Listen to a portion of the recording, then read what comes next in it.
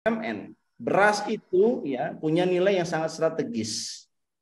Anda bisa bayangkan kalau cadangan beras yang BUMN miliki itu tiba-tiba hilang, tidak terdata, dan kemudian saat itu rakyat publik sedang membutuhkan karena ada satu tragedi atau bencana. Maka dipinjamkan ini akan menjadi problem. Kalau dipinjamkan ini barang orang tuanya gitu ya, mungkin nggak ada masalah. Ini milik negara, emang ini Bulog ini emang kepala gudang ini emang apa yang di gudang itu milik dia sendiri gitu, bisa pinjamkan begitu ya.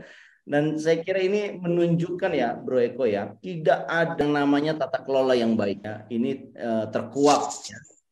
Ini yang menguak ini adalah Direktur Bulog ya Pak Buas. Menurut saya Pak Buas ya saat sebagai pimpinan kita apresiasi karena mengungkapkan ke publik ya, tidak menutup-tutupinya walaupun itu dilakukan oleh anak buahnya. Tetapi di satu sisi ya kita juga mempertanyakan Pak Buas ya sebagai orang yang dipercayakan memimpin Bulog kan harusnya lebih memastikan sistem ya yang ada di Bulog ini berjalan.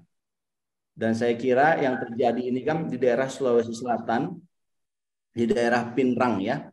Dan saya dengar sudah dicopot kepala gudangnya. Meskipun demikian menurut saya ini tidak sekedar ya selesai dengan dicopot kepala gudang. Tetapi ini harus diusut ya. Jangan-jangan ya Bulog ini kan miliknya BUMN ya. Jangan-jangan ada hal-hal lain yang seperti ini kejadiannya, tidak hanya Bulog ya. Sebutlah misalkan minyak goreng, gula pasir ya, terigu.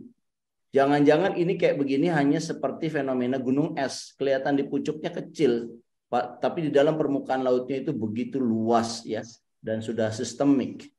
Nah, kita menuntut ini kepada pengawas BUMN ya di DPR ya, ataupun kan ada BPK juga ya, ada juga Kementerian BUMN. Ini harusnya memastikan kerja-kerja mereka itu betul-betul